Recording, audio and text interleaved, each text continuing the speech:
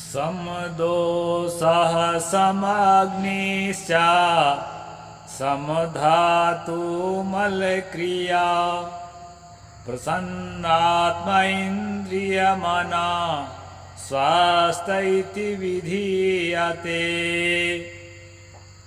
नमस्कार दोस्तों, मैं अविनाश दास रेशनल कबीर यूट्यूब चैनल में आप सबका हार्दिक स्वागत करता हूं। साथियों, यदि चैनल को सब्सक्राइब नहीं किए हैं तो सब्सक्राइब जरूर करें, शेयर करके अपने सभी साथियों तक पहुंचाएं, लाइक करें, बेल आइकन को प्रेस करें और कमेंट जरूर लिखें। साथियों, आज मैं योगा पर वीडियो बना रहा हूं। कई साथियों का पूछना है कि साहेब आप योगा प्राणायाम तो करते थे घंटा डेढ़ घंटा हर रोज, लेकिन अब एकदम बंद कर दिए, इसका कारण क्या है? आपको ऐसा कौन सा नुकसान हुआ योगा प्राणायाम करने से जो आपने योगा प्राणायाम को एकदम से बंद कर दिया? ये है प्रश्न। इसका मैं उत्तर देना चाहूँगा दोस्तों सिलसिलेवार। सबसे पहले मैंने जो श्लोक बोला है उसको संक्षेप में अर्थ कर देता हूँ ताकि हर व्यक्ति समझ सके। ये जो है चरक की वाणी है, समदोषः समग्निश्च समधातु मल क्रिया प्रसन्न आत्म इंद्रिय मना स्वस्थ इति अभिधीयते। इस प्रकार से इसका अर्थ है दोस्तों, समदोषः आयुर्वेद में दोष माना जाता है। कौन कौन सा दोष? आयुर्वेद में जो है कफ दोष, पित्त दोष और वात दोष, ये तीन प्रकार के शरीर के दोष माने गए हैं। और रज सत तम, ये तीन प्रकार के जो है मन के दोष माने गए।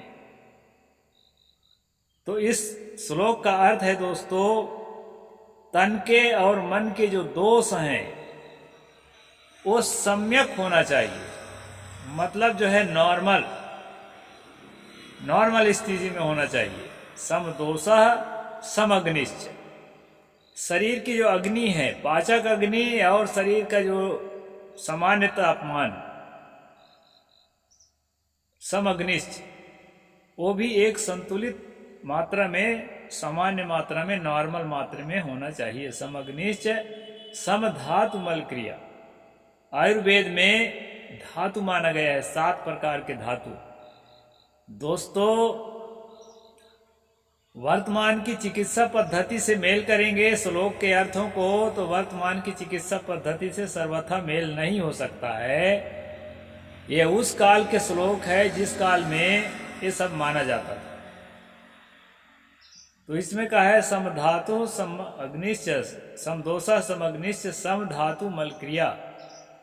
तो ये धातु क्या है? 7 धातु जो आयुर्वेद में कहा गया है, ये धातु है दोस्तों भोजन पचाने के बाद जो रस बनता है, पहला धातु को रस कहा गया है। हम मेटाबॉलिज्म की क्रिया में पढ़ते हैं तो उस क्रिया तक पहुंचा हुआ जो भोज्य पदार्थ है उसको यहाँ पर रस कहा है। रस के बाद रक्त कहा है, रक्त के बाद जो है मांस कहा है, मांस के बाद जो है मेद कहा है, मेद के बाद अस्थि कहा है, अस्थि के बाद मज्जा कहा है, मज्जा के बाद वीर्य कहा है। इस प्रकार 7 धातु माना जाता है। तो इन 7 धातुओं का जो है नॉर्मल स्थिति होना चाहिए। सम का मतलब सम्यक, नॉर्मल स्थिति होना चाहिए। सम धातु मल क्रिया, और मल क्रिया जो है हमारा मल यानी शौच का बराबर उतरना, पेशाब का बराबर उतरना, पसीने का बराबर उतरना, ये मल मूत्र पेशाब पसीना जो है। इसके अलावा भी जो है नाक कान से निकलने वाले कचड़े हैं, बाल नाखून हैं, ये जो भी विसर्जन होने वाली चीज़ है, शरीर से बाहर जाने वाली चीज़ है, इनको भी एक संतुलित मात्रा में शरीर से बाहर निकलते रहना चाहिए। अगर ये सारी बातें हैं, दोष सम है, मन के और तन के दोनों दोष, और समदोषः समअग्निश्च, आपका टेम्परेचर सामान्य है। समधातु मल क्रिया, आपके धातु भी सम्यक रूप से, नॉर्मल रूप से सारी धातुओं के बैलेंस बना हुआ है और मल क्रिया भी बराबर से हो जा रहा है। तो लेखक कहते हैं प्रसन्न आत्म इंद्रिय मना, उस व्यक्ति के जो है ये जो 5 सेंसेज हैं, आँख कान नाक जीभ और त्वचा, ये इंद्रियां जो है ना, इंद्रिय प्रफुल्लित रहती हैं, सक्रिय रहती हैं। प्रसन्न आत्मा और उसके आत्मा और उसकी इंद्रिय और मन, ये सब में प्रसन्नता की लहर बनी रहती है। स्वस्थ इति विधीयते, इसी को स्वस्थ जीवन कहा जाता है। ये हुआ श्लोक का अर्थ। तो दोस्तों, अब यहां पर प्राणायाम और योगा कहां पर सेट होता है, इसको मैं बता देता हूं। योगा करना, प्राणायाम करना गलत है, इससे नुकसान होता है, ऐसा मैंने कभी भी नहीं कहा, अभी भी नहीं कह रहा हूं। लेकिन मैं स्वयं क्यों नहीं करता, उसका कारण मैं बता देता हूं। दोस्तों, शरीर को संतुलित रखने के लिए मैं आज के हिसाब से बताता हूं। सबसे पहला काम तो ये है कि हमारा सोना जागना सिस्टमेटिक होना चाहिए। डेली रूटीन जो है, हम कब सोते हैं कब जागते हैं, ये बिल्कुल फिक्स होना चाहिए। और पर्याप्त मात्रा में हमारे जीवन में नींद की आवश्यकता है। नींद के समय पर शरीर के अंदर हीलिंग होता है, यानी कि मरम्मत का काम होता है, टूट फूट का। जहां बिगड़ा है उसको सुधारने का काम होता है। इसलिए नींद महती आवश्यक है। फिर जो है दूसरी चीज क्या है, दूसरी चीज है भोजन में न्यूट्रिशन सप्लाई। जिन पोषक तत्वों के बिना हमारा शरीर नहीं चलता है, उन पोषक तत्वों का उचित मात्रा में शरीर में सप्लाई रहना, पूर्ति होते रहना अति आवश्यक है। इसके लिए दोस्तों, आपको अपने भोजन व्यवस्था को समझना पड़ेगा। आप क्या खाते हैं, कितना खाते हैं, कब खाते हैं, इसको बहुत सावधानी से समझना पड़ेगा। खाने का एक सही नियम बनाएं और बदलते हुए ही खाएं, लेकिन जो है भोजन में प्रचुर मात्रा में कच्ची चीज़ें, हरी चीज़ें, फ्रूट्स हैं, सैलड है और भी चीज़ें हैं, जैसे फ्राउट बनाते हैं, अंकुरन, बीजों को अंकुरित करके खाने का। ड्राई फ्रूट्स भी शामिल करें, थोड़ा अपनी क्षमता अनुसार, थोड़ा पाचन क्षमता और इकोनॉमिकल कैपेसिटी को देखते हुए।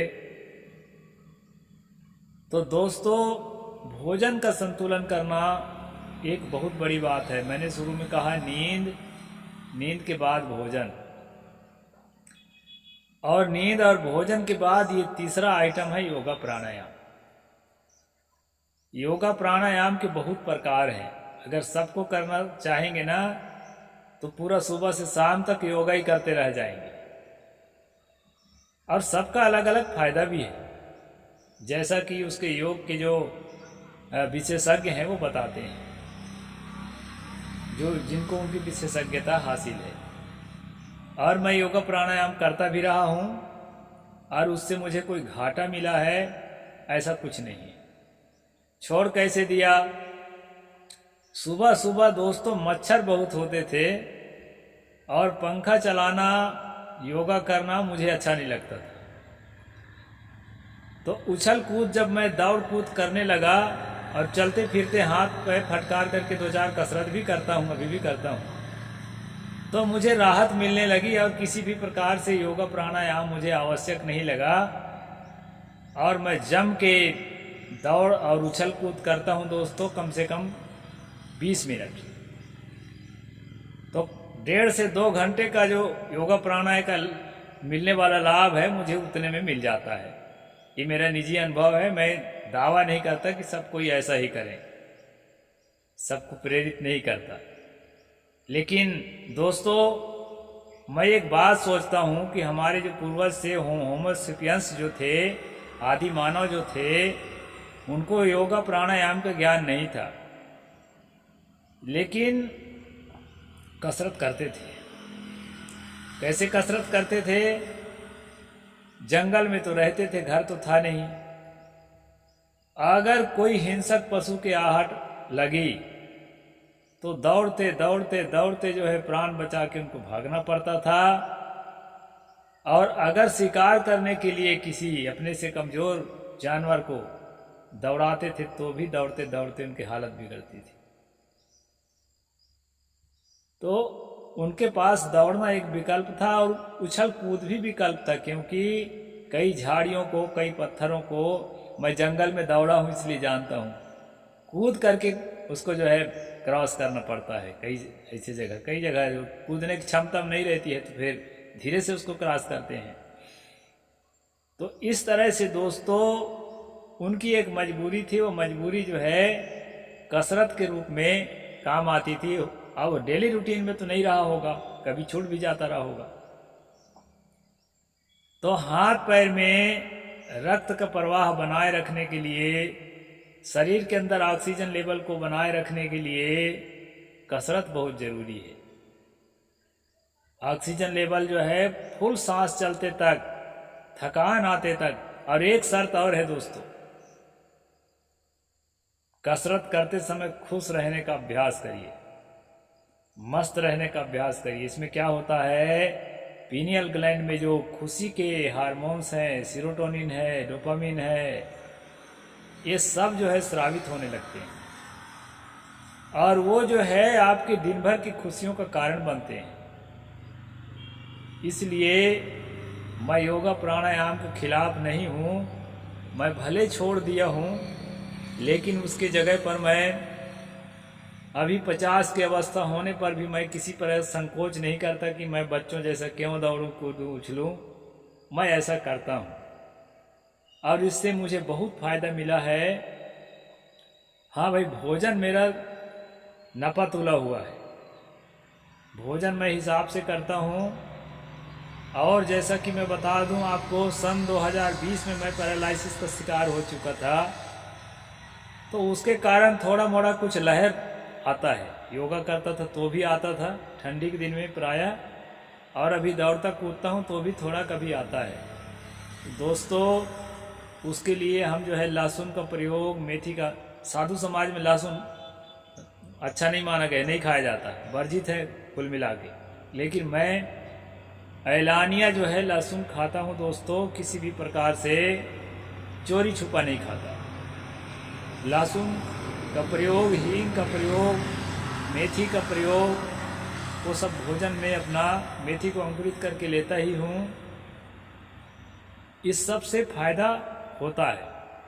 इसलिए जिसको ज़्यादा व्यस्त टाइम है, जो योगा प्राणायाम में 1.5 घंटा 2 घंटा नहीं खर्चा कर सकते हैं, उनके लिए खास यह वीडियो है कि उनको कम से कम 10 से 15 मिनट जो है खूब दौड़ उछल कूद करना चाहिए हर सुबह। तभी बीमारियों से आपकी सुरक्षा होगी। और केवल खाने से हम अगर निरोग होंगे ऐसा सोच रहे हैं ना, तो गहरी भूल है।